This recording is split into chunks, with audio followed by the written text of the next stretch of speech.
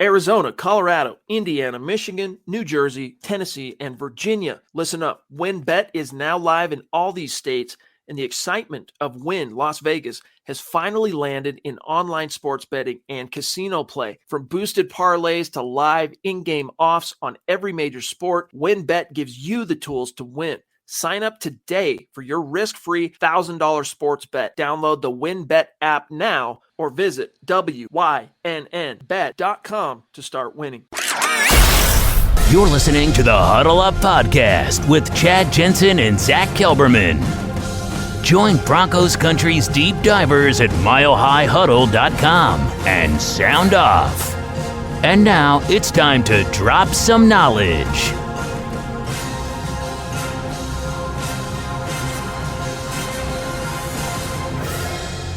Welcome in, everybody, to the Huddle Up Podcast, presented, as always, by Mile High Huddle and powered by Blue Wire Podcasts. I'm your host, Chad Jensen. With me, my fellow football priest, who you know, who you love. He is the deputy editor of milehighhuddle.com, Zack Kelberman. Zack, you just published an article. Yes, sir. milehighhuddle.com, breaking down and reporting on the Broncos have completed one of their 10 head coaching interviews. With whom was the interview and how did it go? That would be Aaron Glenn, the Lions defensive coordinator, one of 10 candidates who will interview for the job. He was first up. And the candidate that I really don't understand. I mean, strong leader and all, fast riser and all, but 31, I think it was 31 in points per game and 29th in yards per game allowed. 29th in points allowed, 31. Yeah, I had it right the first time. That's pretty bad on that side of the ball. So he can be George Patton, the real George Patton, incarnate Chad in terms of leadership. You have to bring more to the table. The results have to be there and be evident. And compared to some of the other candidates, I just don't see where Aaron Glenn stacks up. But he was a cornerback himself, a 3-time Pro Bowler, former first-round pick. He's been a coach for several years now. He's not like a first-time coach. He's worked up the ranks. He's widely respected around the NFL, but just not the guy the Broncos need right now, point blank. He's kind of viewed in the same way Vance Joseph was viewed circa 2015. Relatively younger, up-and-coming coach, former player. This was, as you said, his first job as a coordinator, and unlike VJ's first year as a coordinator, let me go ahead and pull that off. Pop-ups, Nasty. man. What are you Banana gonna do? ice cream. What are you gonna do? Charge it to the game. Unlike Vance, who in Miami, Zach, in 2016 led a modest defensive revival for the Dolphins. I mean, nothing to really write home about, but he improved that defense. I guess you could say that Glenn did so as well for the Lions, but it's modest, man. I mean, it's modest. As you wrote here, real quick for our listeners, a quick riser in the NFL coaching ranks. Glenn just completed his first year at the helm of Detroit's defense, which finished 31st in points allowed, 29th, averaging 27.5 points relinquished per game, 29th in total yards, almost 400 per game. For context, the Broncos racked up 358 total yards and tallied 38 points amid the club's Week 14 contest against the Lions, right? A 38-10 blowout. So, he's got a little bit of juice, but I think Troy Rank wrote it the best in terms of, how should fans view this particular candidate? He's a long shot. Listen up, Broncos country. TickPick should be your first choice to buy football tickets because they save fans money by never charging any service fees ever. TickPick is the exclusive ticketing partner for the Huddle Up Podcast and the Blue Wire Network. Denver Broncos football is finally back, and there's no need to exhaust yourself searching all over the internet to find Broncos tickets anymore, because TickPick, that's TickPick, is the original no-fee ticket site and the only one you'll ever need as your go-to for all NFL tickets. TickPick got rid of all those awful service fees that the other ticket sites charge, which lets them guarantee the best prices on all of their NFL tickets. Don't believe it? If you can find better prices for the same seats on another ticket site, TickPick will give you 110% of the difference in the purchase price. That's right, guys. When we were searching for tickets for the MHH meet and greet for Week 3 at home, Broncos versus Jets, TickPick had us locked down. So visit tickpick.com/huddle today and use the promo code HUDDLE to save $10 on your first order of Broncos tickets. What I didn't do there, and what I want to go back and do, is italicize Broncos in that sentence. The Broncos had 38 points in that game. The Broncos, if they can do it, why would you get the guy that relinquished that to Pat Shurmur and company? They had 5 touchdowns that game. You can talk about playing for Demaryius Thomas, but the Broncos look like world beaters against that Detroit defense. I don't want the guy in charge of them. So I'm still firmly on the Nathaniel Hackett train. They interview Saturday with Hackett and also Luke Getsy in Green Bay while the Packers are on their bye week. I think right now, if he blows them away, I think he should be considered the favorite. All right. Let's grab Sam Bam. Evening, Chad and Zach. What is your educated prediction for when, not who, the Broncos head coach, when he'll be hired by February 3rd at the latest, 3 weeks from today? Yeah, some of that is dependent on the playoffs, right? Like, that's unfortunately the Broncos are kind of slave to how things resolve for these coaches in the playoffs. You know, when the Broncos, if you think back, Zach, to when the Broncos hired Vic Fangio, John Elway had completed 4 interviews, and everyone was saying it was going to be Mike Munchak, right? Mike Munchak or Chuck Pagano, even though we were going at that point, Zach Taylor. And then everyone was waiting to see if the Bears would get bounced from the playoffs so that John could swoop in and interview Vic Fangio. And they did. The Eagles knocked Vic out. And so John Elway was able to interview him. Boom, the next day he's announced as the head coach in Denver, and the rest is history. So you got to get a little bit lucky that way. And maybe in Denver's case, that time around, they were a little unlucky. Maybe if the football fates would have willed it differently, Zach, and the Bears beat the Eagles, Vic Fangio doesn't become this team's head coach. And who knows? It probably would have been Munchak, and we'd be right back where we are right now. Yeah, I was actually at the gym the other night, and I was talking about it on the other podcast. I couldn't think of what the Broncos did in 2019 where it was a package deal. They interviewed Fangio, they interviewed Mike Munchak, but they brought Munchak in. They went from head coach to positional coach. They got him in to be an offensive line coach. That was a coup. Looking back on it for Elway, even though it didn't work out with Fangio, having Munchak in that role was a big feather in his cap. And I think that's the way that George Paton wants to go with this head coaching search. Ideally, you hire Nathaniel Hackett as your head coach / play caller and make Luke Getsy the quarterback's coach with the Packers right now. They're very close. They're even stepbrothers close, Chad. That's what he talked about today in terms of the interview. When Nathaniel Hackett found out that Luke Getsy got an interview for the Broncos job, he burst into his office and wanted to do a stepbrothers practice routine. I want that guy coaching the Broncos. That's just me, though. So bring him along as the package deal. Make Getsy the OC, the nominal OC. Maybe bring back Ed Donatel as the DC, and then you're in business. So to answer the question, when are you going to hire the coach? They're at the mercy a little bit, and even Peyton said this, of the playoffs. They want to talk to Dan Quinn. Cowboys have a playoff game on Sunday. They have to wait till after that. But if Hackett blows them away Saturday, that's the early favorite, and I think Peyton wants to wrap this up sooner than later. They have an ownership situation to squash. They have the Senior Bowl, the Combine. They have player evaluation. The understanding that I have is that Peyton wants to get this done quickly, but also the right way. I wish I could have been a fly on the wall for that. You know, I can imagine Hackett bursting in and being like, "You have to call me Dragon," and then Getsy's like, "You have to call me Nighthawk." It would have been phenomenal. Did we just become best friends? Did we just become best friends? Anthony Edwards, what's up, buddy? Thank you for the super chat. Would love to see Gerard Mayo as the new defensive coordinator. I liked him since his college days at Tennessee. Yeah, he was a great player. Great college player. I would say a great pro player, world champion, defensive rookie of the year, a couple of Pro Bowls. And I think injuries probably ended his career maybe a little bit sooner than you would have liked to have seen, but he's one of those guys, Zach, that they could be eyeing just exactly for that purpose. You hire an offensive guy. Hey, what do you think of making Gerard Mayo our DC? What are your thoughts? Well, here's the only thing about that. The only drawback, I mean, that's a coup on paper, getting Nathaniel Hackett, let's say, like I just laid out, as the head coach, Getsy as the OC, and Gerard Mayo as the DC. But would George Paton want newcomers, rookie coordinators at every spot?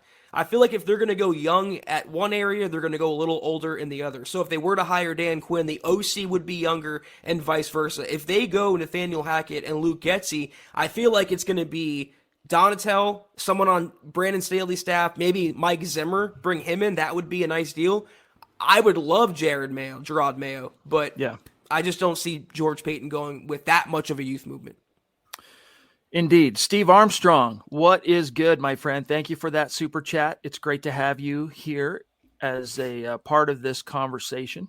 You the man. Thank you, bud. While we're on the subject of saying thanks, real quick, let's update the Facebook community so y'all know how things stand on our goal of reaching 250,000 stars in the month of January. When we hit it, we're going to raffle off a Broncos jersey of the winner's choosing. We are at 36% to the goal. Pretty confident we're going to hit that this month. The only people in the running, of course, for that raffle are those who contribute to the goal. And Facebook, they keep track of it. So we can tell you right now who's going to have the most tickets in the hat, starting with number one right now, the Aviator. He deposed Miguel as the number one. So Shane at number one, Miguel at 2, Travis Weber at 3, Jacob Foster 4, Doug Raquel 5, Rodney Garcia 6, Andrew Baker 7, Jermaine Daughtry 8, Pete Middleton 9, Michael Ronquillo 10. And then, as you can see, just a few of the names barely outside the top 10. But thanks to each and every one of you. Travis, he says, do you think Peyton will be swift in hiring our new head coach? Zach answered as I was typing. Yeah, buddy, thank you for the stars. Here's the one thing we know, though, for sure about George. Timetables, we don't have a crystal ball, right? We can't say for sure exactly when that resolution is going to come, but he's going to be thorough. He's going to be meticulous. He's going to take his time, be methodical, because, again, he guaranteed it. He said, we're going to get it right this time. I guarantee it. And that's just the type of cat he is anyway. Methodical, right? He's going to deep dive multiple levels of analysis. I would be willing to bet at this point, Zach, he probably already has a ton of research done long before Vic was even fired. All right. And he's probably got 2 or 3 favorites that he really can see in this job. And the other ones he also could see, but he's maybe a little bit more skeptical because of this drawback or this con on the resume or whatever. But remaining, Zach, 100% open to being blown away in the interview. So it could take longer than most teams because he's going to do a minimum. I mean, if it works out this way, 10 interviews. That's going to take some time, y'all. Do you remember in 2018, though, the first year after VJ, do you remember what Elway did right after the season? There wasn't any decision. He literally and admittedly slept on it, and I didn't like that. It's at that point, you had to have your mind made up. That's the one thing George Paton did not do. They had their last game on Saturday. On Sunday, they fired Vic Fangio. On Thursday, they began interviewing head coaching candidates. You can't ask him to move any faster. And he formulated a list that has 10 candidates, double what the Broncos had in 2019. So George Paton's doing everything he can right now and doing it the right way, but he has to have this wrapped up really, really quickly. Again, they have ownership. They have player evaluation. This is but a small marker in a hectic offseason that George Paton wants to get over, but it's tough doing it quickly, but also the right way. I think he's blending both areas. One more note, though. He came from Minnesota. He saw Green Bay twice a year. This is beyond just Aaron Rodgers. This is trying to have long-term sustainable success in Denver. And who better to emulate than a franchise like Green Bay? And what's interesting, too, is the Dolphins, they lingered for a day or two before ultimately firing Brian Flores. The Houston Texans, David Culley, hit the bricks. I don't know what changed for them, maybe because Flores eventually was released or fired. But it just means it's another team, it's another competitor for the services of these same coaches, ostensibly, that George Paton is after. Luis, what's good, buddy? Thank you. He says, I believe the Aaron Glenn interview was more of a recon mission on Hackett to get a viewpoint from a rival in addition to inside info from Minnesota equal Hackett favorite. That's an interesting take. It's probably a question that'll get asked, or that did get asked, Zach, in that interview. What's your take on, this team, that team, this coach, that coach? Wouldn't surprise me, but yeah, he had to compete against him twice this year.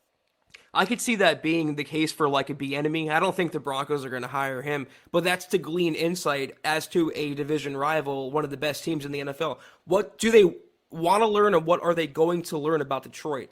It could be a Rooney Rule situation, fulfilling that NFL protocol. It could be a makeup interviews by some measure to Aaron Glenn. There's a rumor out there that Peyton is doing Jonathan Gannon, a favor by interviewing him. He's not really qualified, in my opinion, for this round of interviews, and they apparently go way back. So that could be the case with Aaron Glenn as well. A nominal token interview. No more qualified than, say, Aaron Glenn, right? They both have now 1 year of coordinator experience under their belt. At least this team's in the playoffs. Like, that's what I was going to say. Not but Detroit. One big difference there. Ernie, Big Ern, good to see you in the chat, my friend. Wanted to give you a shout out. Appreciate you. Rodney Garcia says, good evening, Broncos country. Hope everyone's having a great and blessed evening. Appreciate the stars, my friend. You've been a huge support of late, and we see you. We appreciate you. Speaking of appreciation, the God King Mark Langley from Georgia, OG, MHH Mount Rushmore, OG in the house. Good to see you, bro. He says, Team Peyton or Team Elway? Hashtags, of course. To be or not to be? That is the question. What's up, my guys? For me, 18. Now Chad Zach looks gangster, but Chad is always gangster. That's a little inside joke. But bringing back the whole Peyton versus Elway thing, yeah. I would guess that from probably a 70 to 80% margin, Zach, Broncos fans would rather at this moment in time it be Peyton's group that wins out over Elway's. I don't think I've seen one person that wants Elway to win this speculative battle so far. It's been pretty much all Peyton Manning fans, and that's the way I would go as well. But I mean this completely complimentary, Mark. It's weird to see a super from you not in red, but we appreciate you nonetheless, and we love you. Thank you. You the man, bro. You the man. All right. EJ actually dropping real quick. Jacob, dude, thank you, Jacob. EJ dropping a testimonial for us. Love my Manscaped. It's a game changer. Ladies love it. There it is. It is. You just got to take the plunge. Yo, you really got to. Charms in the house. Thank you. Drew Lock deserves a head coach who can develop him and have some faith in him. Which head coach do you guys think would be best for Drew? That's a good question. For me, Zach, it's probably Hackett, Moore, O'Connell. Of those three, yeah, maybe Bieniemy. So Bieniemy too. Of those four, skins on the wall for developing a young quarterback. I mean, honestly, Bieniemy is really the only guy amongst those three. I mean, I guess you could say Moore. Would you say Moore responsible for the development of Dak Prescott? Let me put it that way first, then we'll answer him. Well, he was also a quarterback with Prescott for a while. So, I don't know that I would call Kellen Moore yet a quarterback developer. Not a developer, but he has put Dak in the position to have, unprecedented Cowboy quarterback numbers. So he does get credit. I'm just saying, as a developer, there's more empirical evidence to suggest Eric Bieniemy has more fingerprints, more skins on the wall relative to Patrick Mahomes, right? Because Pat came into the league as a first-round pick in 2017, really didn't see the field till the season finale against Paxton Lynch and the Broncos, beat the Broncos, and then from there they decided, hey, we're tired of going one and done in the playoffs under Alex Smith. Let's go all in on Patrick Mahomes, and they microwaved that dude's development. Now, I still think Andy Reid obviously is going to be the one that takes home the lion's share, Zach, of the credit for Mahomes. But of those four coaches, getting back to the topic of which one would be best to kind of develop and turn Drew around the corner, maybe it would be Eric Bieniemy, but I still would rather trust Hackett on that front. They've also had Mike Kafka, who they think very, very highly of, working magic. And, Alex Smith was a ready-made playoff quarterback. There's not much development that needs to be had with someone like him. And Patrick Mahomes is Patrick Mahomes. I wouldn't tie Locke's career on Eric Bieniemy. To me, it's Nathaniel Hackett, and it goes beyond the football field. That personality-wise, that's what Drew Lock needs. A guy who's reciting Step Brothers in preparation for an interview, it goes perfectly hand in hand with Drew Lock's personality, someone rapping on the sideline. Why did Drew what was the reason why he connected so well with Rich Scangarello? Because he wasn't 58-year-old Pat Shurmur, dazed and confused, sitting up there in the press box. Rich Scangarello was closer in age and closer in personality to Drew Lock. So if you're looking to save number 3, I think Hackett is the no-brainer choice. Shout out to Michael Ronquillo down in Tucson. Great having you in the chat, my friend. You are a Prince, Steve Armstrong. Thank you, bro. Number 2, he says, I like Hackett. Looking to see us get back to the promised land. Hashtag state of being. DFW Broncos country. Don't F with Broncos country. Yes, I like it. The Mile Highlander. Interesting. Yeah, dude.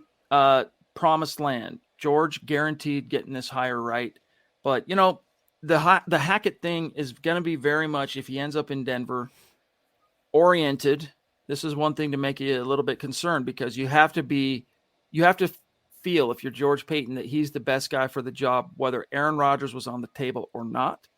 But Mike Kliss, 9 News, Bronco insider, said today on The Fan in an interview that Aaron Rodgers is Denver's top number 1 offseason priority.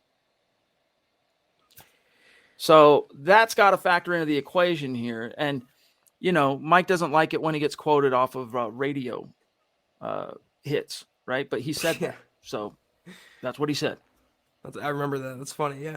I revert back to the Pat McAfee interview that Rodgers had on Tuesday when they pressed him about the rumor that he could be a package deal with Hackett and Getsy. He didn't say no. I mean, he kind of laughed it off, but he could have easily thrown cold water on that, and he didn't do it. So that's always going to be out there. I just think that's the way to go in today's NFL. And I think 6 offensive-minded candidates versus 4 defensive guys, and you can argue maybe 1 is worthy of the job. I think we know where the Broncos are heading, and as long as Hackett doesn't blow the interview, I think the job could be his. Travis again, thanks, bro. Nothing against Bieniemy, but like Philip Lindsay, being from the area, I don't think it always makes it best for Denver. Yeah. He also has kind of like a controversial background too. I'm not saying he's not a great coach, but there's some baggage. Purportedly, there are rumors that he, of impropriety, let's just say, right? When he, with some co-eds and whatnot, back when he was a player at CU, and we're talking circa, when was he a player? The early 90s. I remember having his football card, National Football League. So he was a number 1 draft pick, second round pick in 91. So late 80s, early 90s. CU, that's when his he haunted the stomping grounds. Anthony, what's up, buddy? He says, who else is in the Peyton Manning group of ownership? I don't know. I don't think that's been reported. Yeah. Unless you've seen something on that, Zach. No.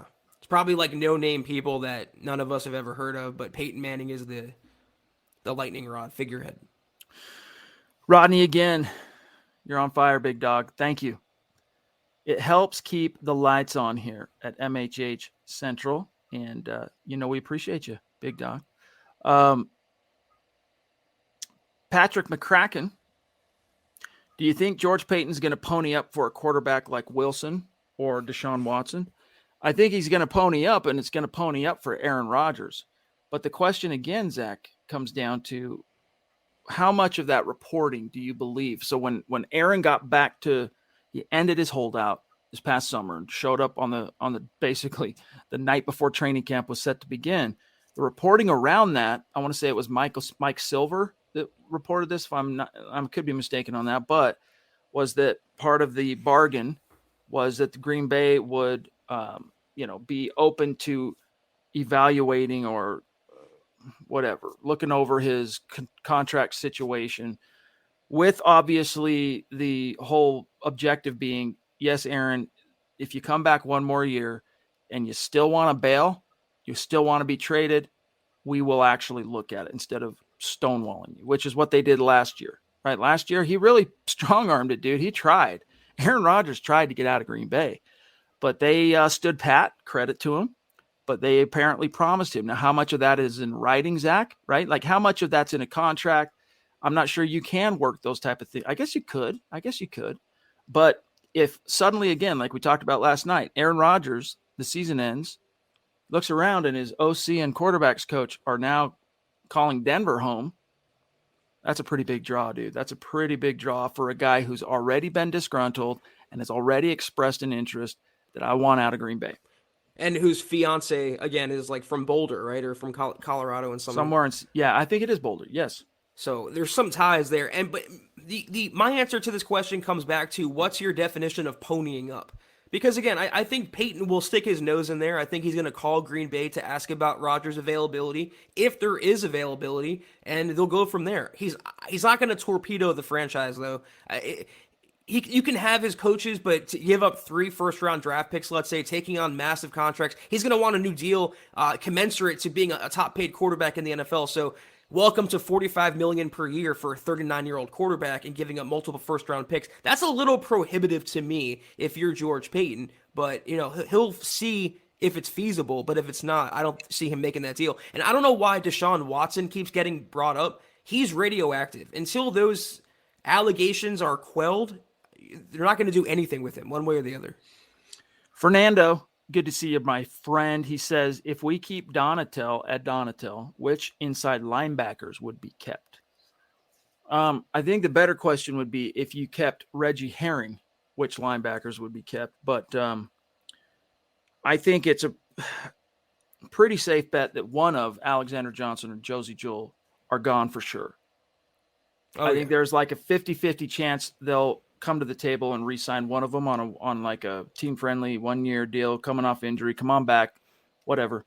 And if I had to err on that right now, I'd err on the side of Josie Jewell, regardless of Donatel, regardless of Reggie Herring. I just think Josie Jewell brings more to the table. His talent and production level when they're on the field, Zach, isn't that big of a departure from AJ. And he brings more to the table between the ears, intangibles, leadership, mentorship in terms of teaching people around him. Not everyone, there's a lot of smart people out there, Zach. There's a lot of wise people out there. Not all that are smart and not all that are wise, though, are any good at teaching that to other people. Josie's one of those guys. He's a great leader. And one of the reasons he is such a good leader, Zach, is because he's also a great communicator and a good teacher. Let's call him what he is, though, a 2-down linebacker. And they're kind of a dime a dozen as well. I would make an offer. I wouldn't break the bank on Josie Jewell or AJ for that matter. But they also have Kenny Young as a free agent. And isn't Jonas Griffith a free agent as well? Is he unsigned? Because that's a lot of linebackers to have to make decisions on. But they're going to, I think, bring back at least one of them. You can make the case for either. Kenny Young was playing really well, but then he had the concussion and he wasn't available. They really don't have any linebacker that was available except for Griffith, and he was playing well, but how much of that is Fangio's impact on the defense? These are all questions that are unanswered right now. So he is set to be a free agent, but he's an exclusive right. So that's he's coming back. Dave Glassman, I'm thinking more and more that Hackett is the choice, regardless of the starting quarterback. That's the caveat. You have to make the hire almost under the assumption that Aaron Rodgers isn't even on the table. Like, you have to go, is this the right guy to lead us without Aaron Rodgers? Is this the best guy for Drew? Is this the best guy for, the offense? Is this the best guy to lead the team? And then if it ends up, as a secondary kind of blessing, helping you land Aaron Rodgers, then so be it. But, I'm going to point to what Rodgers said himself. People forget what Hackett did in Jacksonville with Blake Bortles. Rodgers called it legendary. I mean, he coached that offense up and Blake Bortles up to within a quarter of the Super Bowl. It goes beyond just Green Bay. He has coaching merits in his own right. And the thing with Hackett, if you feel comfortable with that, with Bortles and what he's done learning with Aaron Rodgers under Matt LaFleur, then even if they don't get A-Rod, you can draft a quarterback and finally have a coaching staff that can develop him along. So it's a win-win to me when you have someone like Nathaniel Hackett in the building. The same would go for Kellen Moore. The same would go for Brian Callahan. The same would go for Kevin O'Connell. Just someone on the right track of recent NFL history with offenses manufactured for 2022, not what Pat Shurmur was running last year. They didn't have the horses on the coaching staff to develop any quarterback, be it Brett Rippon, be it Drew Lock, or be it Teddy Bridgewater. Hiring Hackett or someone like that would finally allow them that opportunity. By the way, Phil, we're going to grab you. By the way, Scott brings up the question about Donatel is probably relative to scheme, right? So if Donatel stays, probably going to be a 3-4, which linebacker? I mean, if it ends up being a 3-4, if Donatel stays or if the Broncos maintain a 3-4 defense, answer remains the same. If they bring in a 4-3 coach, I don't think either one of those guys fits really in Denver, to be honest with you. So Maybe except Kenny Young, though. Kenny Young, I think you could still make a lot of hay in a 4-3, but I digress. Phil, thank you, bro. Man, thank you, bro. Is Greg Roman under consideration? Great show, as always. No. Haven't heard a dang thing on Denver being interested in Greg Roman, which, for how wide of a net they cast, Zach, is a little bit of a surprise. I'll be honest. Same with Dayball. The door is closed, though. I mean, they're already starting interviews. The 10 candidates are the 10 candidates. And that became pretty transparent when they didn't bring in Doug Peterson. You mentioned Dayball. But Greg Roman, apparently on Twitter, he's regarded almost like Pat Shurmur was. You should read the comments about Greg Roman not running the ball or running the ball too much. It's maybe the Broncos dodge a bullet there. Current offensive coordinator for the Baltimore Ravens. He's been with Baltimore since 2017. In his past, he was the Bills offensive coordinator. He was the Niners coordinator under Jim Harbaugh. All right, so those Alex Smith and Kaepernick teams, that was his baby. Before that, he was an assistant with 3 other clubs.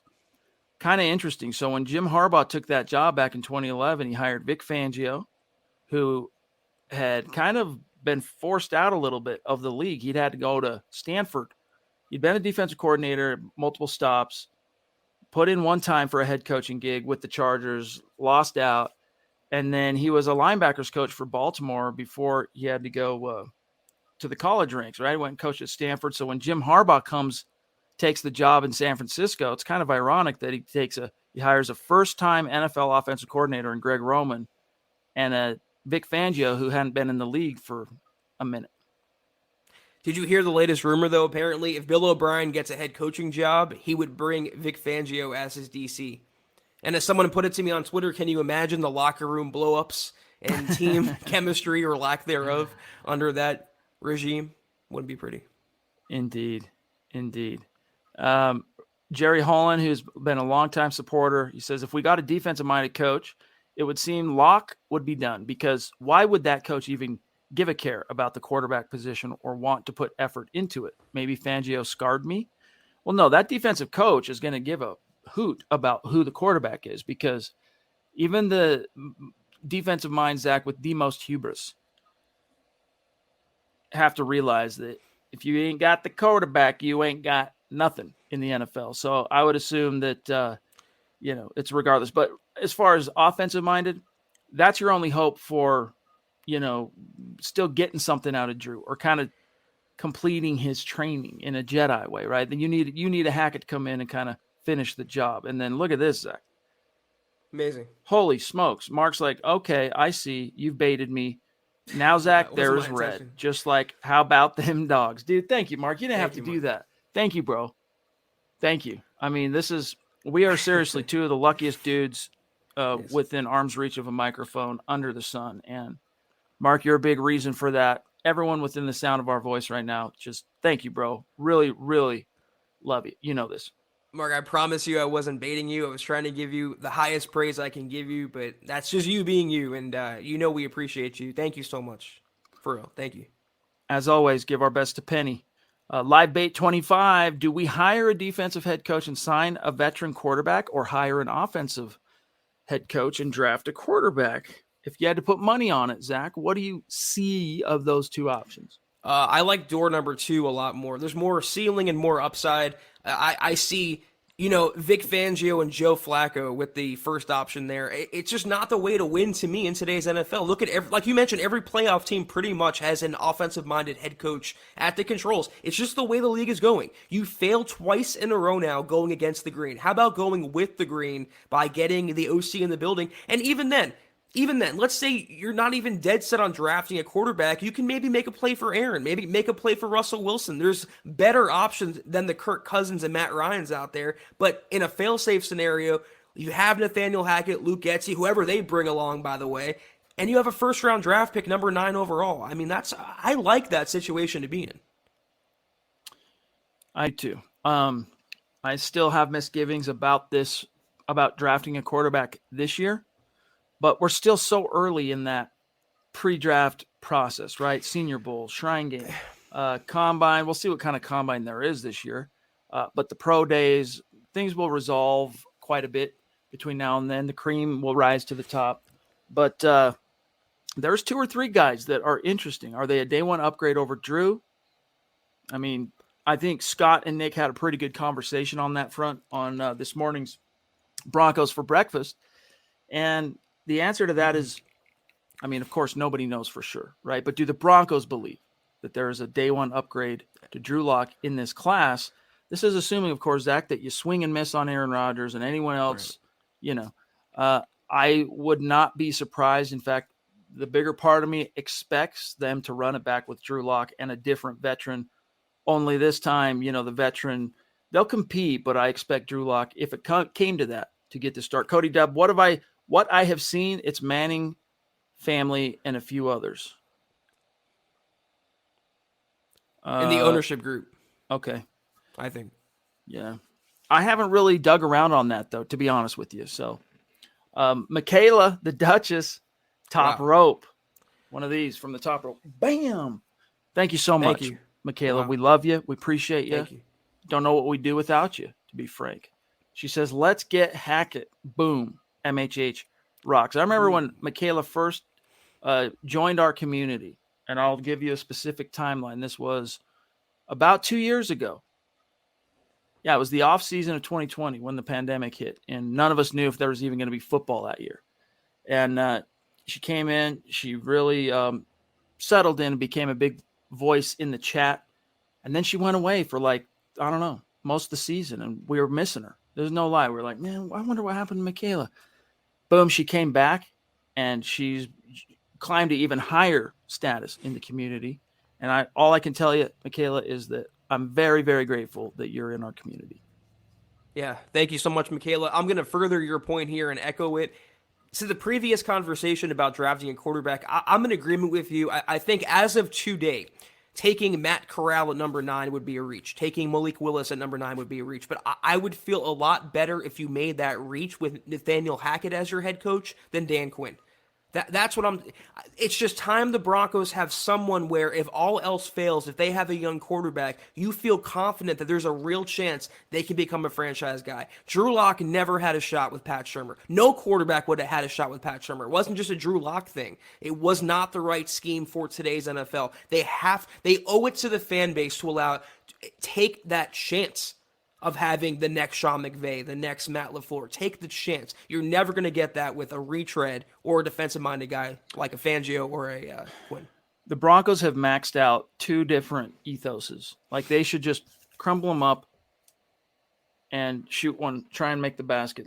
But forget about it. Number 1, defensive-minded head coach in an era of offense. I know people go, no, it's the best guy for the job. It shouldn't matter if it's offense or defense. I understand that.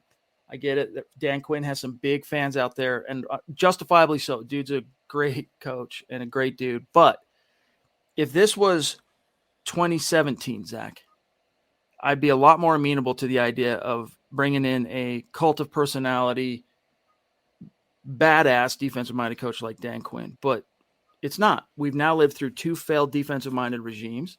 So I want that in the rear view. The other thing I want in the rear view is what you just said. This team never was, nor will it ever be, one middle-of-the-road quarterback away from being a thing. They convinced themselves they were because Peyton Manning, they won a Super Bowl with Peyton Manning not fully up to snuff. But let me tell you something. You won that Super Bowl with a Hall of Fame quarterback. The Broncos don't get to the Super Bowl, nor do they win the Super Bowl if Peyton Manning isn't under center. So that was a flawed premise from the beginning. Todd, I was hearing the morning show about Nakobe Dean, but as a 4-3 linebacker. Thoughts? Yes, Broncos for breakfast discussed. In fact, Nick had an article to follow up on that. Hopefully you've seen that, Todd. On the mock draft database, the 3 prospects that are being the most commonly mocked to the Broncos in order are Matt Corral, quarterback Ole Miss, Nakobe Dean, linebacker Georgia, Desmond Ridder, quarterback Cincinnati. Nakobe Dean, little on the light side, right, in terms of size, barely over 200 pounds, or 220. I can't remember now off the top of my head his exact weight, but that kind of fits for the Wesley Woodyard type. If you're trying to imprint that to a Denver Bronco figure in history, Wesley Woodyard came in as a converted safety. He was smallish. took time to build up a linebacker body, even though they immediately converted him to linebacker, Zach. But along the way, they said, you're going to play Will in a 4-3 scheme. That means you're out on the perimeter. We're not expecting you to, on a snap in, snap out basis, have to engage with offensive linemen in the box, scrape and try and get off these blocks because you just be dominated. If you can just kind of like Ian Gold of old, all right, if you guys can remember Ian Gold, similar size, similar exact same position, Will linebacker. So it's contingent on, is there a scheme change? If there's not a scheme change in Denver and they go 3-4, I'm not convinced Nakobe Dean would be the best allocation of resources for Denver in round 1. Yeah, I was going to say it depends on who the next head coach is and DC is. It could be a difference in scheme. I wouldn't mind it, but it's kind of a question we can't answer right now until we know what scheme's going to be run in Denver next season. But anything to help the pass rush or anything to help the front seven of the defense after how badly they underperformed under Vic Fangio this season, I think would be a boon. Anthony Edwards, you the man. Thank you. Appreciate you two and the show. Love that we have even more cap space from the restructuring of Graham Glasgow. 'Tis the season of optimism and hopefulness. Let's get this off-season right. Amen, brother. And yes, they freed up a little cap. Graham's coming back, and that's a good thing. They need that veteran competency on the inside, and, might behoove them to play him at center, Yeah. Reisner left guard, Graham Glasgow center, Miners right guard, go. I'd like to see that. But did Cushenberry do enough to lose the job, though? I feel like at times he was the most stable force on that offensive line. I would have him as competition, but that's why I don't get anyone kind of poo-pooing the move to bring back Glasgow. I know he was kind of underwhelming at $11 million a year, but now it's like $3 million for a veteran with starting experience who can compete at guard and center. I think it's a brilliant move on George Payton's part. May the best man win, but I don't know about Moody starting at one of the guard spots permanently if they move on from Reisner and they make changes at center or permanently at right tackle. By the way, real quick, Dan Quinn becomes the head coach in Denver, and with his scheme, Nakobe Dean's a guy that probably flies to the top of the Broncos draft board. Not the very tip-top per se, but he's going to be up there. 727 mil. Good to see you, bro. I like Quinn, but don't want Quinn, to be honest. I want an offensive-minded head coach to develop quarterbacks. Start preparing yourselves. I mean, multiple insiders that I have talked to. I mean, you can even read insiders' Twitters. They're erring on the side of Quinn as 1, Hackett as 2, but still everyone going to be surprised if it's not Quinn. And a big reason for that is that history Peyton and Quinn have from their time in Miami. Right after Quinn got the head coach job in Atlanta, he took an interview and was it Pro Football Talk? Anyway, he just unprompted went on a spiel about how him and one of the front office assistants in Miami, this dude named George Payton, they were going to try and, put together a regime, and it just didn't work out. They've been eyeing it together. There's a bromance there, which is why I think he's amongst, his resume stands on its own merit, but what makes him kind of a favorite in Denver, even Zach, in the face of back-to-back failed defensive-minded regimes, is that connection. What could hurt him, though, is just time, circumstance. He can't interview because of the Cowboys playoff game on Sunday until next week, whereas Hackett is interviewing along with Getsy on Saturday. So if Getsy blows Peyton away, it's all about first impressions, Chad, in any job. Multi-billion-dollar job or working at McDonald's, let's say. It's all about making first impressions on your employer. If Hackett brings the energy that we saw in the team meetings that we've heard about, and he's shown on the whiteboard, in the classroom, on the field, and he wows Peyton, it could be hard to top that for Dan Quinn as much as they want to make that happen. Agreed. Terry, up in Canada, proving Broncos country is not a geographic location. It is, as he says here, a state of being. He says, awesome as always. Love you guys. We love you too. And we miss you. We miss you. We love it when you're back in the chat. By the way, I tried to find you on Twitter, but your old Twitter handle no longer exists. So if you're still on Twitter, let us know. A lot of times guys change their handle, and I can't go through thousands and thousands of people to figure out Terry, because there's so many people that follow. Like, I don't even know how long that would take me, Zach, to go through 5,000 or 6,000 names to find Terry. So if you're still on Twitter, do one of these in the mentions, bro. I want to make sure I know your handle. Travis Weber, Miami, if still stands even with Flores gone, already was in agreement on the compensation for Watson. Just wanted to wait for the legal matters to die down. Well, that's one of the conspiracy theories out there, is they think, perhaps Houston might believe, Zach, that if they can hire Brian Flores, it'll ameliorate Watson and make him abandon the notion of, once he gets clear, or if he ever gets clear of these off the field allegations, to want to stay in Houston. But I'm not sure I buy that, to be honest with you. Well, I should have mentioned earlier, I think it was Schefter who reported that Gerard Mayo is the front runner right now to end up replacing David Culley in Houston. So I don't know about that situation, but I don't know why anyone's not talking about Jim Harbaugh going to the Dolphins. They courted him heavy before he went to the 49ers. I think it was in 2011. Stephen Ross flew on his private plane to go get Jim Harbaugh. No one's bringing that up, but I think that could be a possibility. That's one owner in the NFL, Stephen Ross, who loves to make the blockbuster splash at the cost of his franchise. He's like Daniel Snyder never works out on steroids, so I wouldn't be surprised. Makes the splash, and it just never pans out. Justin Gordon, symbolic super chat. Number 7, right there, big dog. I'm with you. He says, what is it about a coach who does bad, gets fired, becomes a coordinator, then becomes a hot commodity again to be a head coach? Hashtag vote for Hackett. Well, bro, it's just the way the cookie crumbles, man. Like, coaches, when they get fired as a head man, they don't just curl up and die. There are exceptions. There are guys who have, lost a head coaching job and they just disappear from public life. Like Mike McCoy is a good example, even though he came back to Denver for that one go round and then out of the NFL. Like, it happens. By and large, they go right back into the coaching river, right? And they hope to kind of get stronger, wiser, better. They've learned from their mistakes. And then they hope that an owner puts another hook in a little farther down the way, and then they get them right back in.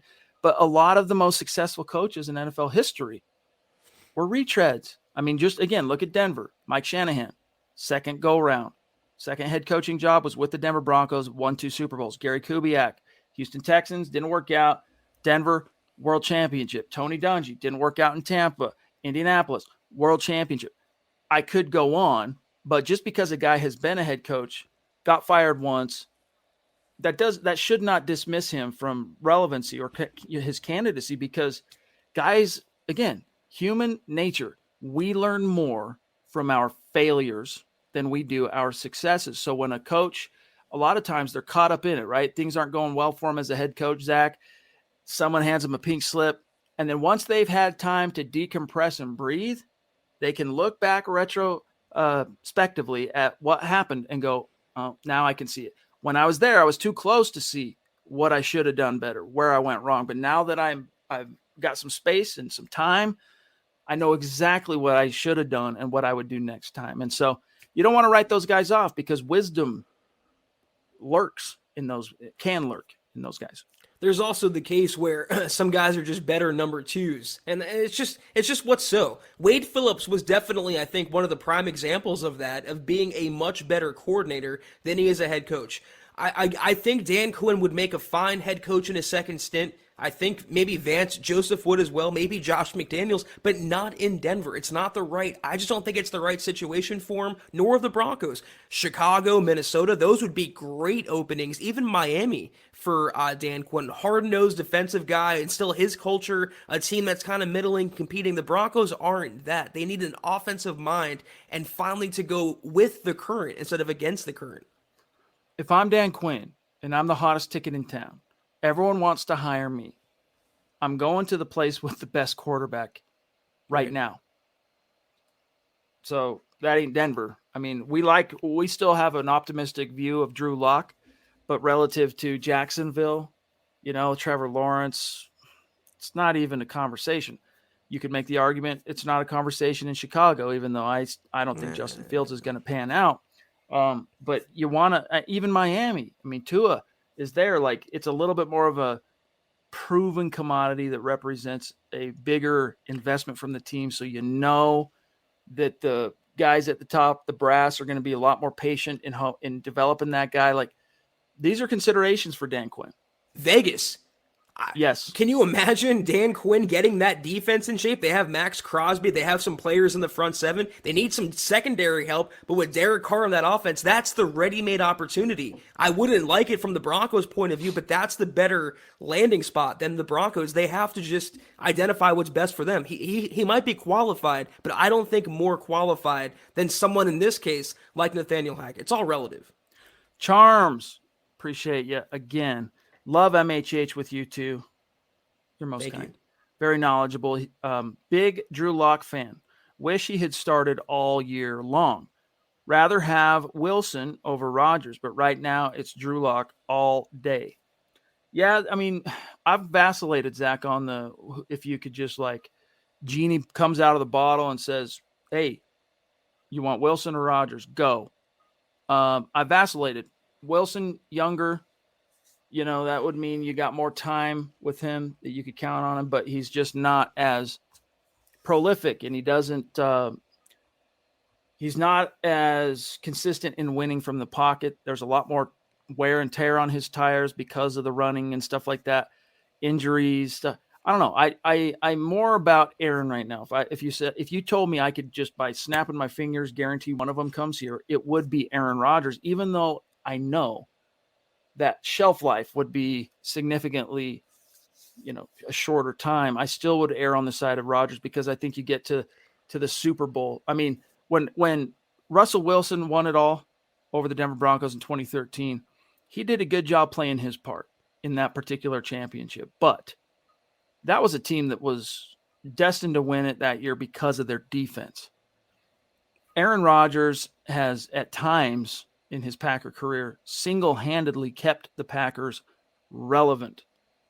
Single-handedly, that Super Bowl team 2010, so I don't know. I just think there's more of an impressive track record as a guy who can put the team on his shoulders and carry you, even when you got some big glaring weaknesses on the Aaron Rodgers side of the table as opposed to Wilson. You'd be having a shorter shelf life with Aaron Rodgers, but I think for that duration of that shelf life, you'd have higher quality play. Yep. And I just get the feeling that Russell Wilson is kind of falling off. He's still a very good quarterback, but maybe it's just my own viewpoint on him. I don't see the same Russell Wilson as 5 years ago. I see the same Aaron Rodgers, though, as 5 years ago. Back-to-back MVPs, potentially. Maybe a Super Bowl championship to add to his collection. That's a ready-made, legendary franchise quarterback who you plug in 2022 and go compete for a title. I don't know that I can say the same with Russell Wilson, as good as an upgrade as he would be on Locke and Bridgewater. Think about this. Peyton Manning only played here 4 years. If you could have had a shot at Russell Wilson circa 2012, I guess he was a rookie, but still, or Peyton Manning in hindsight, like looking back on it now with all the information at your fingertips, which would you have chosen? A Russell Wilson, who's a guy that will keep you competitive. You're in the hunt every year. You're going to make the playoffs more often than not. Or that whirlwind with Peyton where you got to the top of the mountain twice, 4 straight division titles, won a Super Bowl. That's kind of a closer approximation, Zach, to what you could duplicate, I think, with Aaron Rodgers. I think with Russell Wilson, there'd still be a lot more of grind to be done, a lot more sludging through it all. You'd be in a much better position than you are today to win those sludge matches. But give me Rodgers. Mark says, again, third super chat. Now, Zach, you make a great salesman. Hashtag love you guys. We love you too, big dog. You know this. We appreciate you so much. The thing with Rodgers, though, I don't know. I just, especially if you hire his coaches, I mean, I don't see them double dipping on any other staff but Green Bay. And you mentioned the Rodgers possibility, and if you like you put it, Chad, 4 years of Peyton Manning, if you can guarantee a Super Bowl in 4 years, would you make that trade? I think Rodgers could have 4 years of high-level play lift. If you can guarantee me a Super Bowl, I think that's worthy of giving up a hefty package for. Jacob, more big-time stars. You demand, brother. Really, really appreciate you. Anthony says, what is the outlook for next year's O-line, especially in terms of Garrett Bowles? Well, depends on what happens with Munchak. I'm going to guess and just assume whoever that new head coach is going to go, well, you're damn right I want to keep Mike Munchak as my O-line coach. So I'm just going to assume he's going to be the guy again next year. But Bowles, you hope that he kind of bounces back. Last year he didn't suck by any means, but it was a weird amalgamation, Zach, of old Bowles and new Bowles rolled into one. Dalton Reisner, I'm straight up off that train. I don't trust him. I'm now fully skeptical that he'll ever turn the corner and be that Pro Bowl linchpin that he professed that he wants to be and that you would expect a guy drafted in the second round to be. Lloyd Cushenberry, I think you can upgrade that position, and so you should look to. Quinn Miners, plug and play stud. Year 2 for Quinn Miners is going to, especially with all the experience he got this year, he's going to be freaking stud. Right tackle, what are you going to do? You're going to have to invest more resources into right tackle, but, probably close to what it was this year. But if you get better quarterback play, that offensive line is going to look a hell of a lot better. And scheming. I mean, the play calling, not having to ask the offensive line to block for so long, or the ways you can run the ball and not being Pat Shurmur, that's going to open things up. You can definitely make the case that Dalton Reisner and not Lloyd Cushenberry is the one player they should be upgrading on. But I also don't regard Mike Munchak as this offensive genius. At least in Denver, they haven't been that impressive to me. He had one season of Garrett Bowles, high-level play. Garrett got his contract, and he kind of went back to being, in a sense, old Garrett Bowles. No other player took a real step forward under Mike Munchak. So if he stays, great. I think he's a very good coach still, but it's not a deal breaker for me. If they can get a better O-line coach, someone to fit what George Paton wants, go out and bring him in. I'll steel man the Munchak argument. That means I'm going to make him look the best possible in his 3 years in 3 years in Denver. Garrett Bowles is the number one success story. And to your point of who has taken a step forward under Munchak, you could argue Quinn Miners. I mean, they microwaved him pretty quick for a guy that came from D3, didn't play football in 2020. That's it, dude. I don't have anything else for you. Sam Bam. I would hope Hackett and Getsy make bunk beds that don't break after they launch. Prestige Worldwide.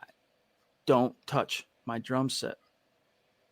Love it, dude. That's one of the most quotable movies of all time. And that was one of my now favorite all-time super chats. So thank you, Sam. Zachary Smouse is in the house. Z-Dub Designs, legendary superstar. He says, love you guys, would donate more, but money is tight. Dude, don't even trip. We're just glad to have you in the chat. Hope all is well. And things are going well for you, my friend, and that thing that you and I discussed.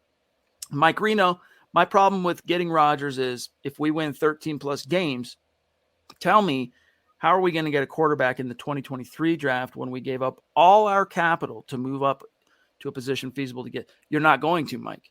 You get Aaron Rodgers, it's under the understanding of we're not going to do what Green Bay did and not use our most valuable capital and assets as a franchise to build around you. We're going to do the opposite of that. So what picks we have remaining, what free agent dollars we have remaining, all of that gets funneled into maximizing your time with us. Damn the torpedoes. We'll cross that next quarterback, who comes next thing off the list, when we got to, right? We'll cross that bridge when we get there. It would be all in on Rodgers, like Elway when they signed Peyton, right? Coming off the neck injuries. Hey, John, what's your plan B if Peyton, the injuries and all that? There is no plan B. We're going with plan A was the answer. Same thing with Rodgers. People also pretend like you can't draft a quarterback in rounds 2, 3, 4, 5, 6, or 7. Everyone wants Russell Wilson. People forget he was a third-round pick. He wasn't a top 10 pick. He wasn't the first overall pick. So Peyton can keep developing or gaining quarterback prospects for his coaching staff to develop. But if you have Aaron Rodgers, when your pet project then becomes for Nathaniel Hackett, Drew Lock, that's a pretty decent situation for a couple years. They can worry about that in 2023. Here's an interesting exercise. I know we're Shane. Keep Shane up there. I want to grab him next. But talking about like quarterbacks procured through round 1, round 2, round 3. Let's take a quick look. In the NFC, Packers quarterback was a first-round pick, but barely. Rams, number 1 overall pick, former. Bucks, not a first-round pick. Cowboys, not a first-round pick. Cardinals, first overall pick. Eagles, not a first round pick. All right, so that's 1, 2, 3 of the 7 teams. All right. Patriots, first round pick. Bills, first round pick. Bengals, first round pick. Chiefs, first round pick. Titans, technically first round pick, right? So 3 of the 3 of those teams. Who am I missing? Jimmy G. He wasn't a first-round pick. Carr wasn't a first-round pick, right? So you're right. Even though the odds favor you hitting on a guy, you're better off if it's a first-round guy. But still, you're 100% correct. You could peel off a third-round pick on the right guy to kind of develop behind Aaron, assuming Drew doesn't come back after his rookie year expires in 2023. I mean, again, yeah, I saw someone mention in the comments, and I'd be all for it if you felt like drafting someone like Carson Strong in the 3rd round if you get Rodgers and put him behind him, let him learn. Rodgers is the unquestioned starter who doesn't have a first-round pick looming over his shoulder like Jordan Love. You mentioned using that first-round capital to invest in a receiver for him or offensive line or defense, using it somewhere else. There's other options than just taking a quarterback in the 1st round. That's the ideal, don't get me wrong. But if you can't do that and you have Aaron freaking Rodgers and Nathaniel Hackett on your roster, you can do worse than pillaging the later rounds and hope to mine gold. Shane Daniels, out of all the candidates, I believe Hackett is the only one that can get the most out of this offense we have now. He can help Drew and use our skill players to the best of their abilities. And he's also a indirect spring off the McVay coaching tree, because even though Hackett's career started elsewhere, he came up under LaFleur, and LaFleur, so the philosophy offensively is built more on the McVay, which is like a pretty good mix of Shanahan, Gruden, than it would be, say, who was that coach in Buffalo or the coach in Jacksonville. I've already forgotten those guys' names under which Hackett coached. So, you can get some best of both worlds there. Yeah, I just think that's the way to go, and I think Peyton agrees, Chad. All right, guys, we are about out of time. Plum Bob, going to be in Denver again for next season. Hopefully, I'll go to the game y'all go to. That'll be rad, brother. We will be doing a couple of meet and greets this year in 2022. We're eyeing the draft. We're eyeing, of course, the regular season. We learned a lot about how to kind of do it right. Remember what I said? We learn best from our failures. And even though, Zach, our week 3 meet and greet was far from a failure, I mean, it was the furthest possible thing from a failure.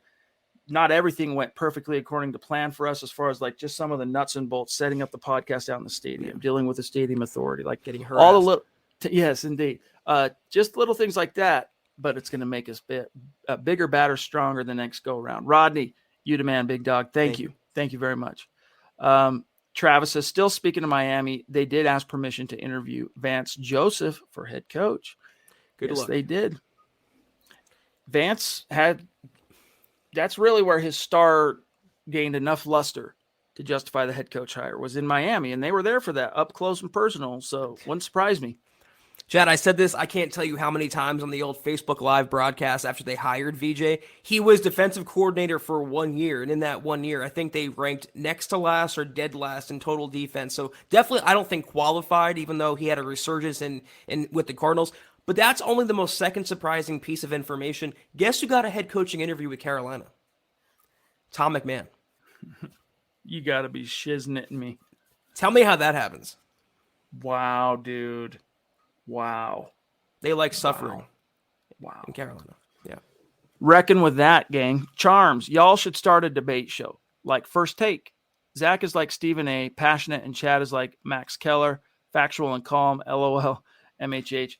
I don't know. We've had people say you should do like this show versus that show episodes where it's like Huddle Up Podcast as represented by Zack Kelberman versus, Broncos for Breakfast battle and Nick Kendall. Pick the topic, turn on the camera, go. I was going to say, you and I agree too much to debate each other. I mean, for the most part. We would have to it would be forced. We'd have to actually do like radio does and create fake, what do you call those? Wedge battles where we just pick the opposite ends and then we do our best to steel man those arguments. No one really knows if it's what we believe or not. We're just like blabbering into the ether. That stuff is lame, dude. We're not into that, but genuine debate, something we'll consider down the road here.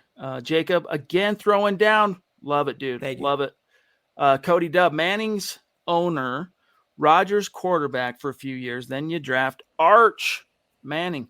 Yeah, that would be like the ultimate wet dream for Broncos country is Peyton Manning buys the team, and then when's Arch coming out? Probably 2025, somewhere around then. He's like, I want to be drafted by the team my family basically owns. So I'm going to pull an Eli and say, listen, don't draft me because I won't play anywhere except Denver. I mean,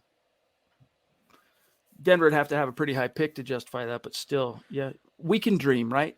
Arch still has a ways to go, though, Zach. He's still got some bona fides to create in Division I college football. You know, call me crazy, but I kind of hope the Broncos are nowhere near his range when he's in the draft. I hope they're picking 32nd each and every year going forward. Guys, that's got to do it. We're out of here. Zach, if you want to do the rundown, sir. I'll pull up Facebook. Thank you guys for joining us tonight. This was the Huddle Up Podcast, end of the week podcast, and we're off for the weekend. But until we see you guys next time on Sunday night, follow the pod on Twitter at Huddle Up Pod. You can follow the main account for all your Broncos news, rumors, coaching, speculation, and more at Mile High Huddle. Follow Chad on Twitter at Chad and Jensen. Follow myself at Kelberman NFL. Follow Scott on Twitter at Scout Kennedy. And if you haven't, go to huddleuppod.com and get yourself, I promise you guys, this is super comfortable. I'm wearing it all day. A nice Huddle Up beanie. You can get yourself a hat like Chad's wearing, a hoodie, all at the store at huddleuppod.com. And if you haven't, facebook.com/Mile High Huddle, hit that big blue button. Become a supporter. You get instant access to Kelberman's Corner, Broncos Book Club, and Trickle Zone each and every week, our premium content, and facebook.com/Mile High Huddle pod. Like that page. And if you haven't, go to Apple Podcasts and leave your football priest a 5-star review for a chance to win some swag each and every single month. But if you can't do those things, we get it. Just do these 3 things, please, we ask of you. Subscribe, like, and share this video and every video you see on the MHH channel. Helps us grow and reach more Broncos fans just like you. It really does, guys. It's not all about the super chats. It's not all about the stars. You just being here and contributing to the conversation, listening, especially our live chat community, that means the world to us. And then when you like the video or you share it on your social media, that testimonial in and of itself is worth its weight in gold. All right. So thank you for those who do take the time on every episode to like the video on Facebook, like the video on YouTube, and share it on your social media, share it in the groups you're in on Facebook. That stuff, I mean, we love to see it.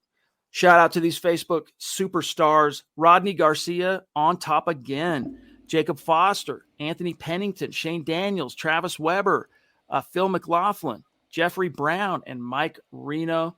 Really, really appreciate that. And then, guys, we want to make sure that our Super Chat superstars know the score on the goal there. Of course, we're going to raffle off a Broncos jersey to the top 5 finishers on Super Chat this month.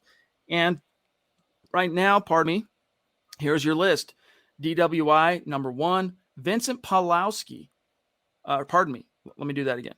DWI, guys, number 1. Christopher Gaspari at number 2. Michaela went down, then climbed back up. She's at 1 or at 3, and after today's pod, she's probably back at 2 or close to it.